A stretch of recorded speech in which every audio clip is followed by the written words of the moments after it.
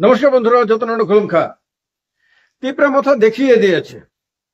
তিপ্রামথা রাজ্যের একটা ছোট্ট রাজনৈতিক দল, যদিও শাসন ক্ষমতায় আছে, যদিও শাসক জোটের অন্যতম শরিক দল, কিন্তু তবুও একটা ছোট্ট রাজনৈতিক দল হয়ে তারা আজকে যেটা করতে পেরেছে সেটা এর আগে কোনোদিন কংগ্রেস করতে পারেনি, সেটা কোনোদিন সিপিএম করতে পারেনি।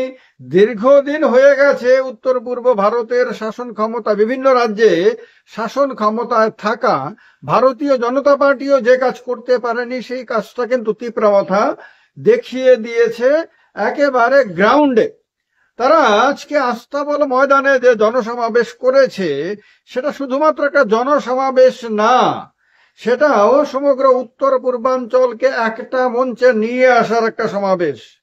তারা উত্তর পূর্ব ভারতের অনেকগুলো রাজ্যের নেতাদের, বিভিন্ন রাজনৈতিক দলের নেতাদেরকে একটা জায়গায় এনেছেন, এক সুরে কথা বলেছেন এবং এক ধরনের নীতিকে তারা আজকে প্রচার করেছেন।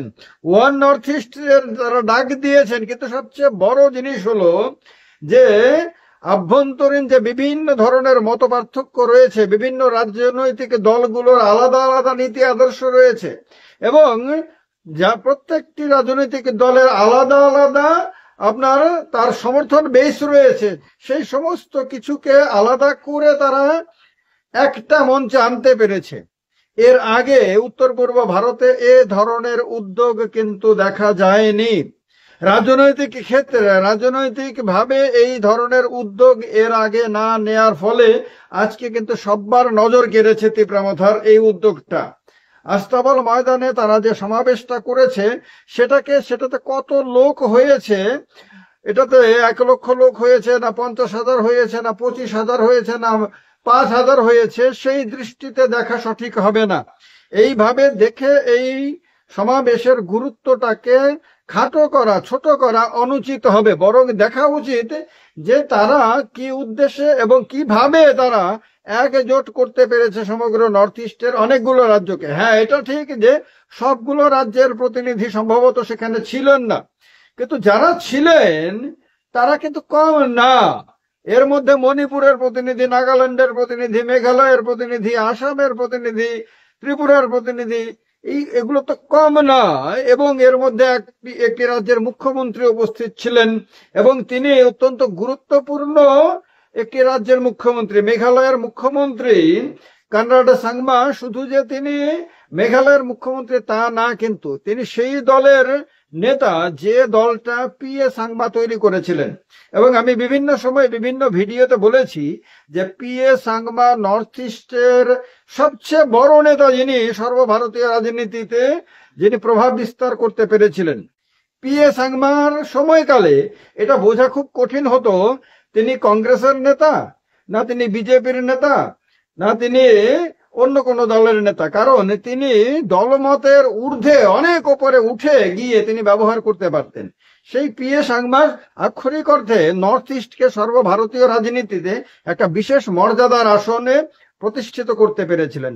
তার ছেলে কনরাড সাংমা বর্তমানে মেঘালয়ের মুখ্যমন্ত্রী, তিনি উপস্থিত ছিলেন। তো এদেরকে একজোট করা, এটা হয়তোবা তাদের যে বক্তব্য তার সঙ্গে কেউ দ্বিমত পোষণ করতে পারেন, কেউ হয়তো মনে করতেই পারেন যে এ ধরনের সমাবেশ করে তারা তাদের শক্তি প্রদর্শন করেছে এবং এটা হয়তো অন্য কারোর চিন্তার কারণ হতে পারে, কিন্তু আমার মনে হয় না এটাতে অন্য কারোর চিন্তার কোনো বিষয় রয়েছে, কোন সম্প্রদায়ের জন্য চিন্তার বিষয় রয়েছে বলে আমার মনে হয় না। বরং এটাকে পজিটিভ দৃষ্টিতে, কনস্ট্রাকটিভ দৃষ্টিতে দেখা উচিত। এই কারণে যে তারা তো ভাই ছোট ছোট রাজনৈতিক দল, এই ছোট ছোট রাজনৈতিক দলগুলো যদি এত বড় চিন্তা করতে পারে তাহলে বড় রাজনৈতিক দলগুলো কেন পারে না? আমাদের রাজ্যে তো আপনার সর্বভারতীয় রাজনৈতিক দল অনেকগুলো রয়েছে। বিজেপি সর্বভারতীয় রাজনৈতিক দল না, শুধু বিশ্ব ব্রহ্মাণ্ডের সবচেয়ে বড় রাজনৈতিক দল। কংগ্রেস সর্বভারতীয় রাজনৈতিক দল এবং দেশের প্রধান বিরোধী দল। সিপিএম সর্বভারতীয় রাজনীতিতে বিরাট প্রভাবশালী না হলেও জাতীয় রাজনৈতিক দল।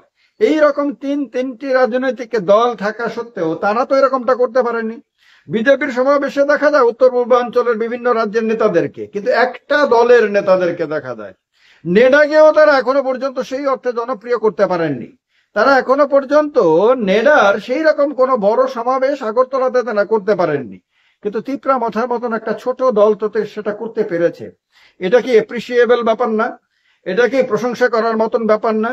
আপনি তাদের নীতিকে আপনি সমালোচনা করেন, এতে কোনো মানে আমার মনে হয় না তাদের কোনো আপত্তি থাকবে, কারণ যেহেতু একটা রাজনৈতিক দলের নীতি আদর্শ সমালোচনার বিষয় হতেই পারে।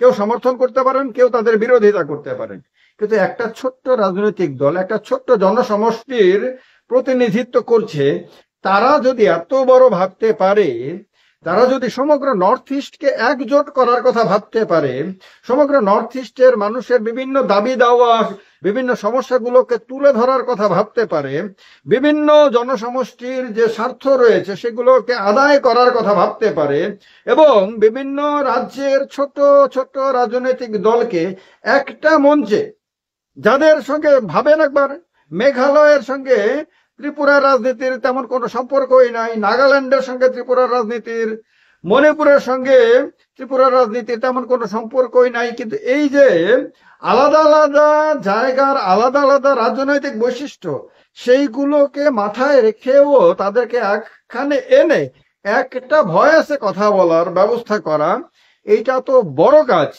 সুতরাং তিপ্রা মাথা আজকে যেটা করে দেখিয়েছে সেটা অবশ্যই প্রশংসাযোগ্য, এবং অবশ্যই তিপ্রা মাথার মতন একটা ছোট্ট রাজনৈতিক দল থেকে শিক্ষা নেওয়া উচিত ভারতীয় জনতা পার্টির মতন বিশাল রাজনৈতিক দলকে, কংগ্রেসের মতন বড় রাজনৈতিক দলকে, সিপিএম এর মতন বড় রাজনৈতিক দলকে।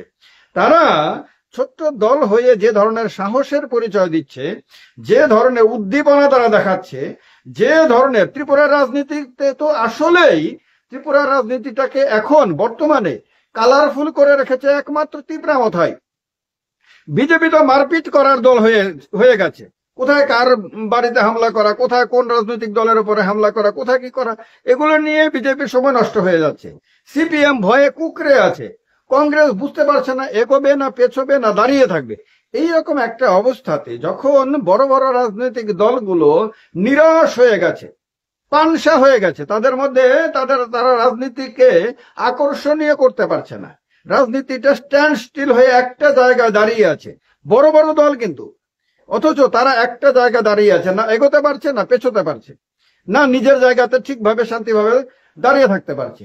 সেই জায়গাতে তখন একটা ছোট্ট দল আমাদের রাজ্যের রাজনীতিটাতে এমন ভাবে প্রভাব বিস্তার করে রয়েছে যে প্রত্যেক দিন তারাই নিউজ মেকার। ত্রিপুরা রাজ্যের আসল নিউজ মেকার তিপ্রা মাথায়।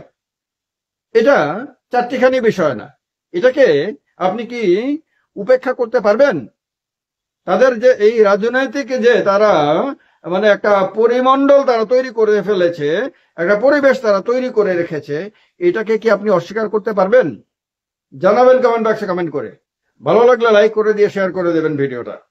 আর এই চ্যানেলটা প্রসেনজিৎ চক্রবর্তী নামে, এই চ্যানেলটার সঙ্গে থাকবেন, সাবস্ক্রাইব না করে থাকলে সাবস্ক্রাইব করে নেবেন।